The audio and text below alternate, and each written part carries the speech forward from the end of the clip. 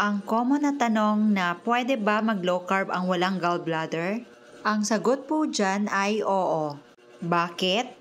Dahil ang gallbladder ay tagatago lang or lalagyan lang or storage lang ng bile. Ang bile ay pangtunaw ng mga fat or fats na kinain natin. At si liver po ang nagpo-produce nito, hindi si gallbladder.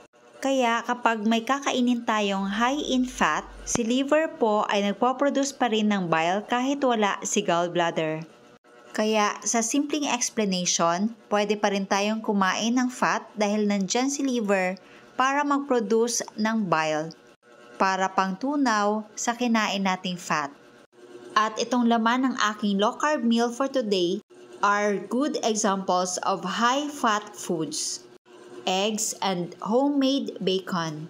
Pero paalala, kung bago pa lang po na-remove ang inyong gallbladder or kung bago pa lang na-perform ang cholecystectomy, kailangan pag-aralan po muna natin ang ating sarili. Subukan po muna natin kumain ng konting meat at kung okay naman ang response ng ating katawan, pwede natin i-continue ang pagkain ng high protein, high fat araw-araw.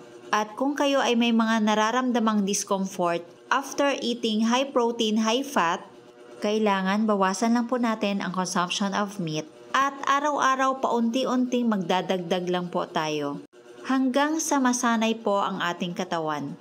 Para lagi tayong makakasigurado, always consult your low carb doctor.